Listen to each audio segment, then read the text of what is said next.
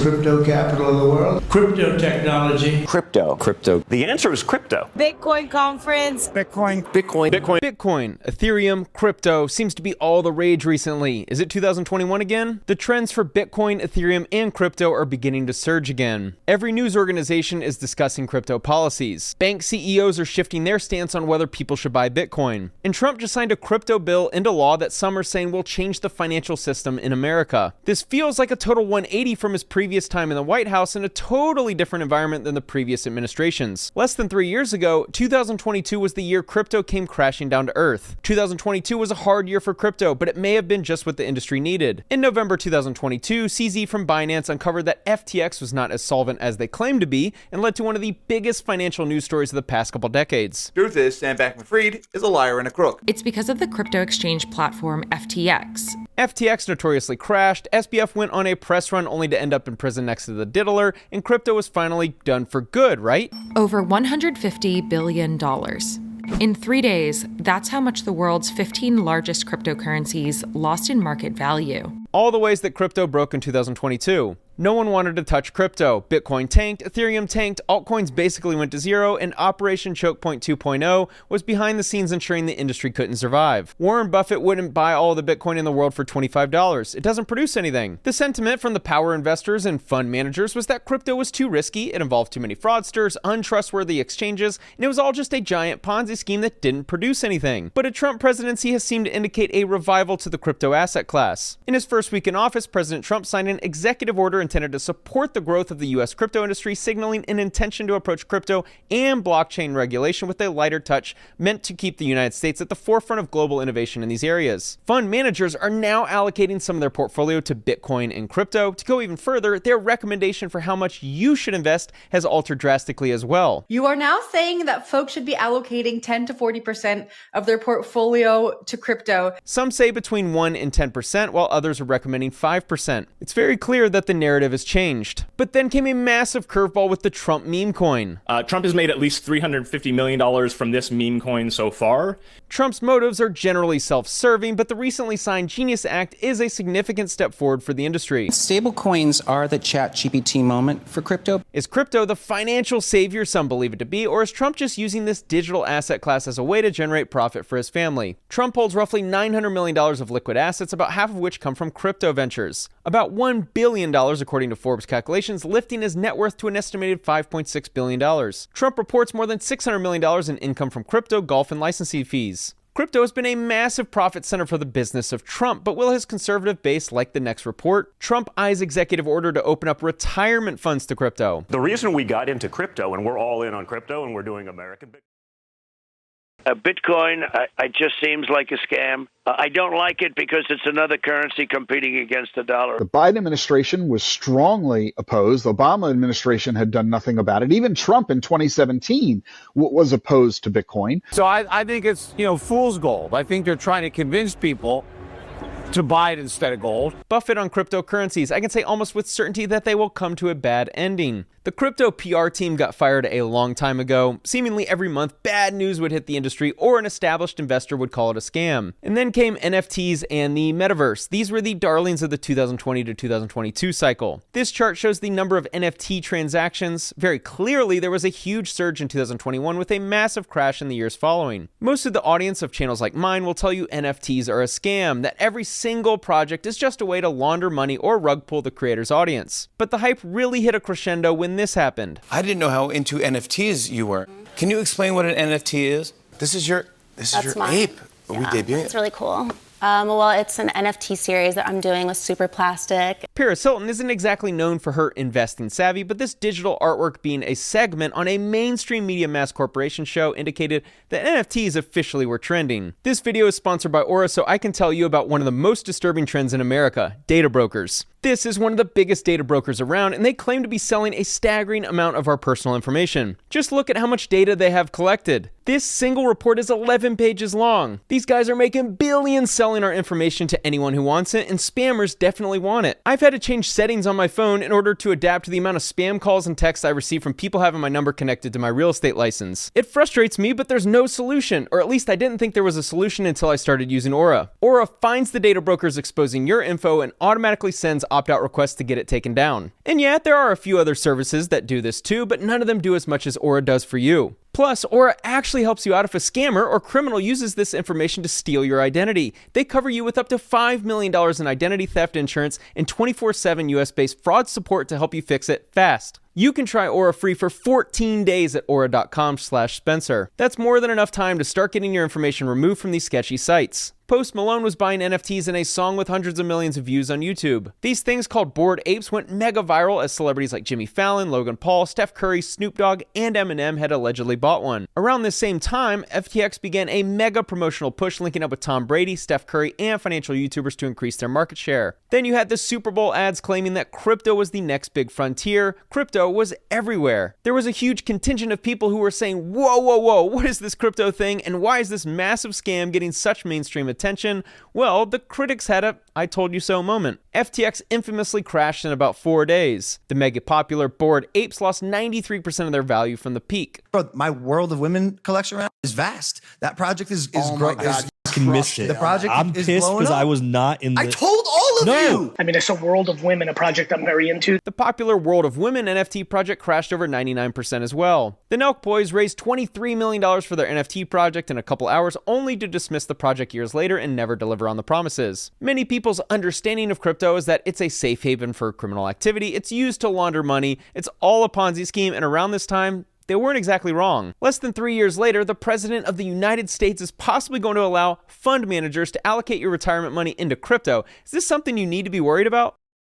A lot of volatility. I'm not discouraged by the volatility in Bitcoin because the volatility makes it the most interesting asset in the world. If you listen to enough Bitcoin maxis, you'll often hear the phrase, Bitcoin's volatility is a feature, not a bug. The purpose of a 401k is to provide a reasonably safe investment that will grow over decades and then provide a very stable and expected dividend return during retirement. Does it make sense to combine crypto, an asset that many people consider a scam or wildly volatile, with an investment vehicle that's supposed to be reasonably safe? A closer look at Bitcoin's volatility by Zach Wainwright. This chart shows the 1-year volatility of Bitcoin to be significantly greater than many other popular investment vehicles. This isn't breaking news, and it certainly isn't unexpected. This chart looks similar to a lot of crypto coins with rapid price increases followed by massive drops in periods of minimal price movement. That was the all-time chart of gold. There was significant volatility in the 1970s when the US went off the gold standard, with a huge price jump from around $200 an ounce to $800 an ounce. Similar to Bitcoin, there were probably people who 4x'd their investment in just a couple years. And also similar to Bitcoin, there was an immediate price correction that saw gold drop from around $800 an ounce to around $420 an ounce in a couple years. But unlike Bitcoin, these investors needed to wait around 25 years before seeing a return on their gold investment. The best investors in the world have been thinking about volatility for decades. Charlie Munger once said, "Volatility is not a risk we care about. What we care about is avoiding the permanent loss of capital." Bitcoin detractors will claim the volatility is too much and it's too risky, but seem to ignore how much volatility exists within the safer asset class, equities. Krispy Kreme reached a high of $12.40 per share on September 17, 2024. On June 25, 2025, just 9 months later, you could buy one share for $2.57, an 80% discount. Open Door reached a high of $34.59 a share in February 2021, dropping all the way down to 67 cents a share a couple months ago. And the volatility within the past month would make crypto bros blush. Look at Carvana's stock price chart. What about Tesla, the retailer Kohl's, and the once beloved DVD rental store Blockbuster Inc.? You can say I hand-selected certain stocks to fit a narrative, but if you analyze stocks in the S&P 500, you'll see that many of them have just as much volatility as Bitcoin or your favorite meme coin. As I was making this video, American Eagle released a new ad campaign featuring Sydney Sweeney, and the stock proceeded to jump 30% in a day. I understand why people claim that Bitcoin is too volatile or too risky for a 401k, but I would bet that you would be shocked at how many large corporations experience swings as volatile as Bitcoin. First of all, Bitcoin's been appreciating at 55% a year for the past 4 years. Bonds are depreciating 5% a year. The S&P is appreciating at about 13% a year. Would bring back American liberty and leadership and make the United States the crypto capital of the world. The Genius Act provides banks, businesses, and financial institutions a framework for issuing crypto assets back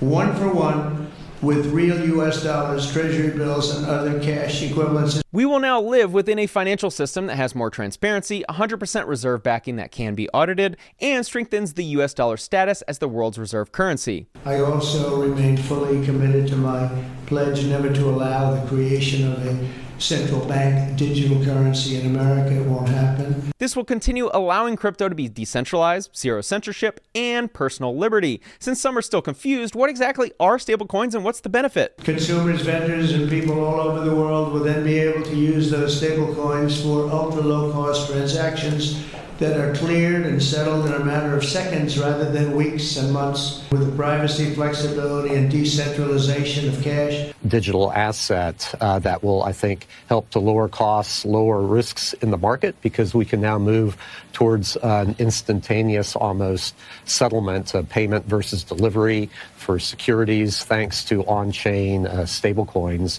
In case this is still confusing, just imagine your physical US dollars as digital dollars that you can send anywhere across the world instantaneously. When you check out at your local Chipotle, the money will be transferred and settled instantly for both you and the vendor. If you need to wire money, you go to a bank, pay a ridiculously high fee, and sometimes need to wait a day for the wire to be approved. With stablecoins, you can send the money instantly with no approval needed from a stupid bank. Instead of you having, if you're a resident of Venezuela or Zimbabwe or some other country where you either have an unstable economy or a corrupt government, now you can take your money and put it into a stable coin, which is backed dollar for dollar by the U.S. Treasury or U.S. dollars. To be clear, I want the U.S. to remain the reserve currency status.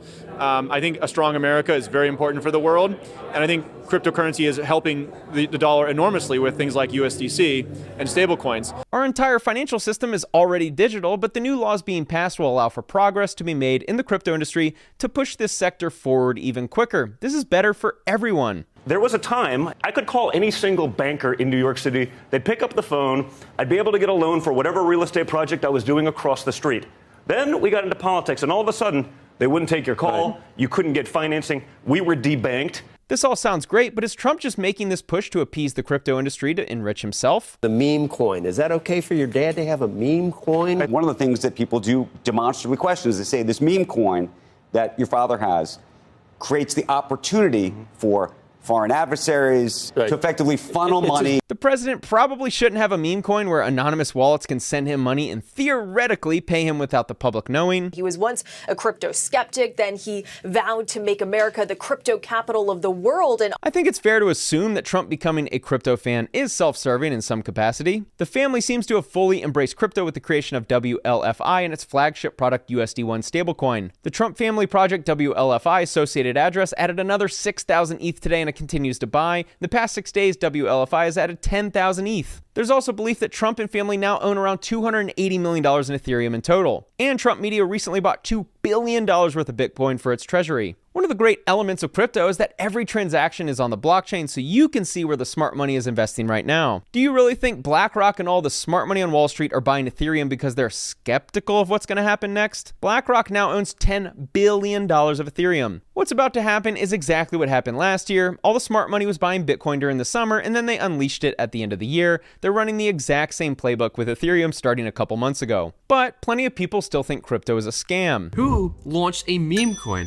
And to no one's surprise, rug pulled just hours after promoting it on X. If your only understanding of crypto is through the various news stories like the hawk to a rug pull or the pastor who raised $3.4 million because God told him to create a meme coin, then I can totally understand why you think the entire industry is a scam. But understand that crypto is now a $4 trillion asset class attracting the smartest money in the world, governments, sovereign wealth funds, and Wall Street. Bitcoin is now the number 6 largest asset in the world, bigger than many of the top companies in the S&P 500. Ethereum is next in line as it serves as the layer the next generation of technology will be built on. The largest beneficiary of the Genius Act is Ethereum because the majority of stablecoins are deployed on top of Ethereum.